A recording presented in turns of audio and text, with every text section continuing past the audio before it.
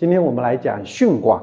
巽卦和震卦有一个最大的区别，巽卦和震卦都属木，它有个最大的区别，就震卦代表新鲜的，巽卦代表相对比较陈旧的。就这两个木，震卦和巽卦这两个木，一个是新鲜的木，春天刚刚长出来的草，雨后刚刚生出来的笋，这个都属于震卦，新鲜的都属于震卦。巽卦是比较老的，去年已经长出来的那些树木。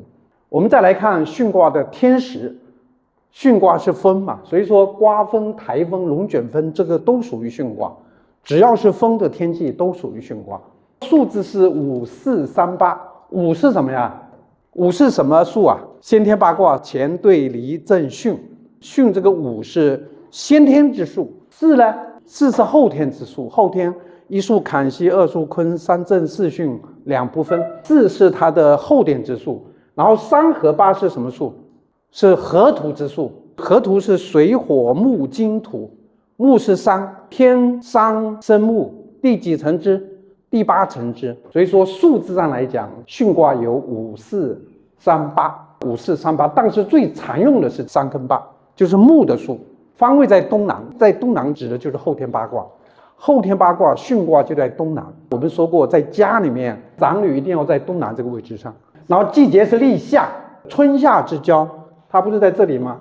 这个是春，这个是夏，所以说巽卦是春夏之交，这是巽卦。巽卦的人物呢，它是什么呢？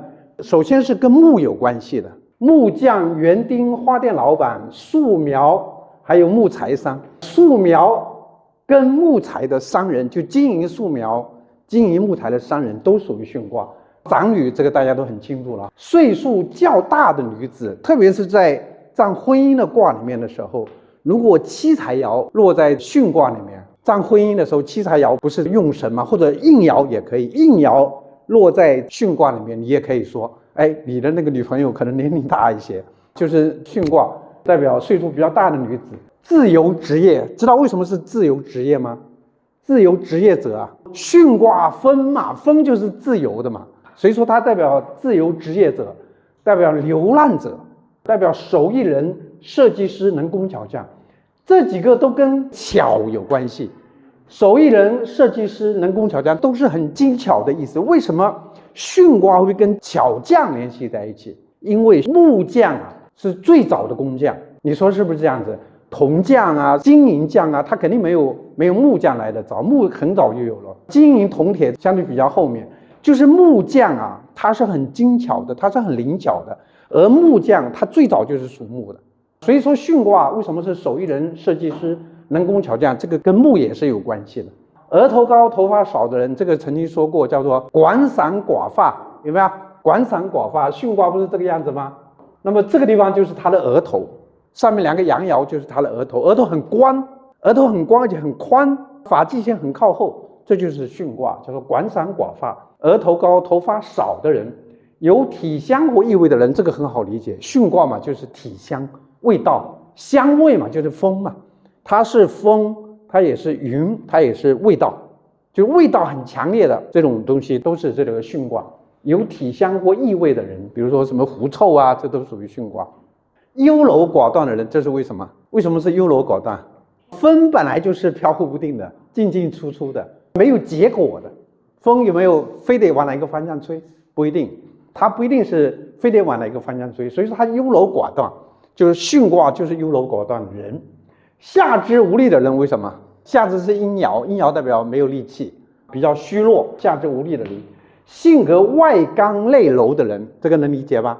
巽卦本来就是外刚内柔嘛，外刚内柔就是我们在这个易经里面，如果是6爻，上面那个代表上卦，下面代表下卦，那上面那个同时也是外卦，下面那个是内卦。如果是3个爻，那么上面就代表外，底下就代表内，它代表除了上下之外，它还有内外之分。新闻媒体人为什么是新闻媒体人？新闻媒体人为什么？跟他自由没关系，他也可能是不自由的，他也可能是体制内的。新闻媒体人就是因为他从事什么？从事传播嘛。那巽卦就是传播嘛，巽卦是风嘛，这代表传播。那么广告商也是一样的道理，广告嘛，它也是传播嘛。出版商这个都一样，出版商也是传播，造谣者这个很好理解，造谣它也是一种传播。然后生离道士为什么是生离道士？为什么生离道士是巽卦？大家想一想，生离道士是不是也是在传播？生离道士就是在传教嘛，他也是在传播嘛。包括基督教的那个传教士，他也是巽卦，一样的道理。生离道士他都有传播他的自己的宗教的这种义务嘛，他走到哪里就讲到哪里嘛。这是人物。然后婚姻刚才说了，女方年龄偏大，比如说这个是巽卦，这边是离卦。打个比方，我们断婚姻的卦，打个比方，这个是世爻，这应爻，或者说妻财也就是在这应爻，妻这个卦也是在这应爻。就是我们看婚姻，看男子婚姻，我们看什么？就是看这个妻财，就是看这个应爻。这个男子婚姻，男子在这里代表男子自己，看他的婚姻，他这个婚姻又在这个巽卦里面，你就可以铁嘴直断，你可以放心大胆的断说，哎，你老婆或者你的女朋友年龄比你大，至少大个2-3岁，甚至更大，大5岁6岁都有可能。现在好像大10岁的也都常有。然后呢，自由恋爱，这个很好理解吧？巽卦嘛，风就是自由恋爱。爱留长发额头宽，长发就是巽卦，巽卦就是长发。额头宽刚才已经说过了，广散寡发。婚期没定下来，为什么说婚期没有定下来？因为巽卦是无果嘛，巽卦是优柔寡断嘛，是没有结果嘛，风是没有固定方向的。婚姻不稳定，这个也很好理解。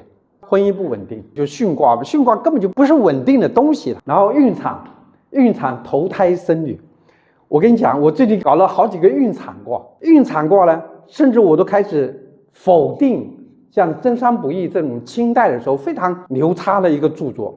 我发现断了几个这个孕产卦，发现真三不易有问题。我就是切切实实的从实践中发现真三不易是有问题的。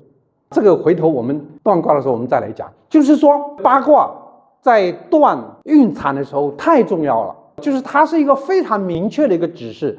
你看到这个八卦的时候，你再跟它的实际情况去结合。比如说它这里面有个巽卦，巽卦代表长女，然后这个人如果没有生过孩子，他是投胎，下卦又是一个巽卦，就代表什么？代表是生女儿，而且是什么？是难产。为什么是难产？巽卦代表什么？腿，他腿牵出来了，可不就难产了吗？现代人不会因为难产而死掉吧？他会剖腹产嘛？就是你这种情况下，就是第一，你女儿不用看别的了，只要知道你是头胎。当然人家已经是2胎了，那巽卦就不代表长女了，要另外来判断。如果是头胎，你就可以断，她肯定是长女，而且是剖腹产，哪怕是她要没有白虎，不一定要临白虎，你看到巽卦腿先出来，肯定是难产。那为什么是双胞胎？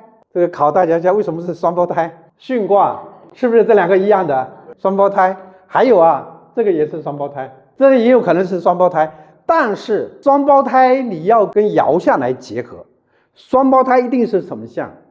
一定是子孙化子孙，这是第一。子孙化子孙啊，子孙动摇化成的子孙，就是孩子一个接着一个，这叫双胞胎。还有一个就是你2个子孙爻都要动，2个子孙爻都动，肯定是双胞胎。这个大家要记住啊，一个是子孙化子孙双胞胎，一个是子孙2动，一个动都不行，一个动都不能代表是双胞胎。顺产或流产，为什么是顺产或流产？它这个顺产不太对，流产是有可能的。为什么是流产啊？就是因为它顺嘛，这个巽卦也有顺的意思嘛，风是很顺利就出来了嘛。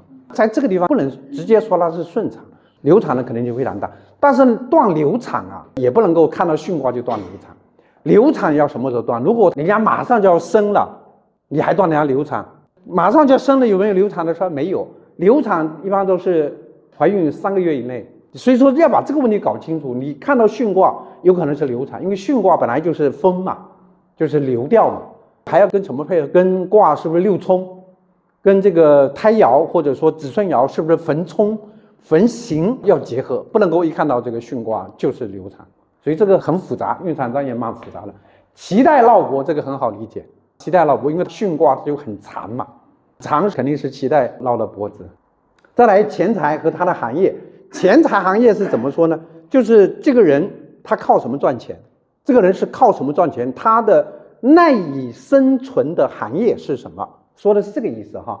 木材行业、林业巽卦就是你是世爻，你断财的时候，我们看世爻是在巽卦里面，我们就可以倒过来问他，哎，你是做什么行业的？在巽卦里面，你是不是跟木头有关系？做家具的，可以来反推。木材、林业、家具、花卉、蔬菜、庄稼，很多都属于巽卦。但这个庄稼呢，很容易跟坤卦混在一起。这个应该是做粮食的生意。然后呢，出版、图书、字画、广告、传媒、公关、销售、直销、传销，这个都跟什么有关系？跟传播有关系。所有的这些东西都跟传播有关系。就是你这个人，他来占卦，然后世爻一定要强调，一定是世爻。世爻落在巽卦里面，那你这个人，如果你不是这个做木材、做家具的，你是不是做广告的、做销售的、做什么直销的，诸如此类的，然后出版读书，立世三倍，这个说过，巽卦有立世三倍的这种象，那这个三倍我们不去管它，为什么是三倍？从古到今没有人搞得清楚，估计是以讹传讹，但是巽卦就是做生意。碰到巽卦会赚钱是肯定的。你如果测财的卦碰到巽卦，恭喜你，因为巽卦它代表什么？代表禄，禄是代表什么？收入嘛，代表有收入嘛。所以说立世三倍，囤货买卖就囤货，把便宜的货收进来，然后再卖出去，这也是巽卦。贸易外贸，贸易也是巽卦，外贸也是这个巽卦，内贸外贸都属于巽卦，就是因为巽卦是赚钱的买卖，它是有收入的买卖。囤积买卖肯定是赚钱嘛，囤货买卖能不能赚钱？古代的时候，像什么这个陶朱公放梨是吧？放梨什么子贡，当年他们这些人赚钱怎么赚钱？他就是判断最近这段时间这个地方粮食很便宜，他就大量的吃进。粮食丰收了，比如楚国粮食丰收了，他就跑到楚国拿重金把楚国丰收的粮食都买回来，买回来囤在那里。明年呢？明年看到晋国粮食非常高。他运到晋国去卖，过去就是这样的，过去他就是囤货、囤积居奇，所以说这个就是巽卦。巽卦就是这种立世三倍有收入，然后再卖出。设计理发刚才讲过的，就是人工巧匠的意思，这是行业。第九，身体和疾病。巽卦的病在哪里？如果我们看一个人的病，巽卦在腿，在左肩。为什么是腿和左肩？我这边讲一下，这个是震卦，这是坎卦，这个呢离卦。这个是巽卦，这是坤卦，这是兑卦，这个呢乾卦、艮卦。好，乾卦是头，这不用说了，乾卦是头，坤卦是肚子，离卦是眼睛，是心脏，巽卦是腿，震卦是脚，然后艮卦是鼻子，女孩子乳房也是艮卦。然后坎卦是什么？坎卦是泌尿系统，这耳朵。乾卦是头，兑卦是什么？兑卦是口。从这后天八卦的位置上来讲，巽卦是什么呢？是不是左肩？左肩，然后呢，坤卦是不是右肩？震卦是什么呢？是右臂和右肋骨。兑卦是左肋，乾卦是右腿，艮卦是左腿。所以说大家这个要搞清楚，这个巽卦它是什么？是左肩，兑卦是右肋，没错，左肋右肋。这个是肩，这个是臂和肋，然后这个是腿。但是呢，我们不能说离卦是头，坎卦是脚啊，这个是错的。离卦不是头，就是这个6个卦，上面的是肩，中间是臂和肋骨，下面是腿。